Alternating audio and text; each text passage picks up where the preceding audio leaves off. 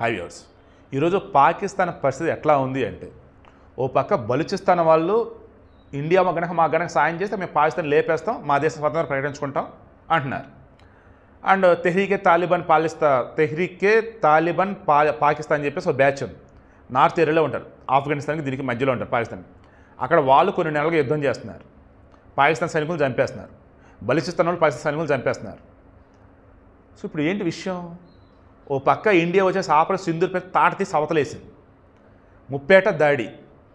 ఈ పాకిస్తాన్ ఇంకా కూడా దాని బుద్ధి మార్చకుండా ఓవర్ యాక్షన్ చేస్తూ ఉంది. దాంతో ఇక ప్రకృతి ఎంటర్ అయిపోయింది. ఎరా మారవా, సరే నా ప్రతాపం అని చెప్పేసి చూపించాను. భూకంపం పాకిస్తాన్లో ఇప్పుడు భూకంపం.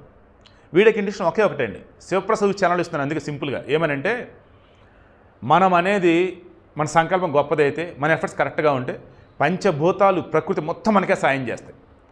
మన కరెక్ట్గా లేనప్పుడు, మన ఎఫర్ట్స్ పెట్టకుండా గాల్లో దేం పెట్టి దేవుడు అనేదే భారం అన్నప్పుడు దీపం ఆరిపోయేది, మన బతుకు బుగ్గిపాలైపోయేది.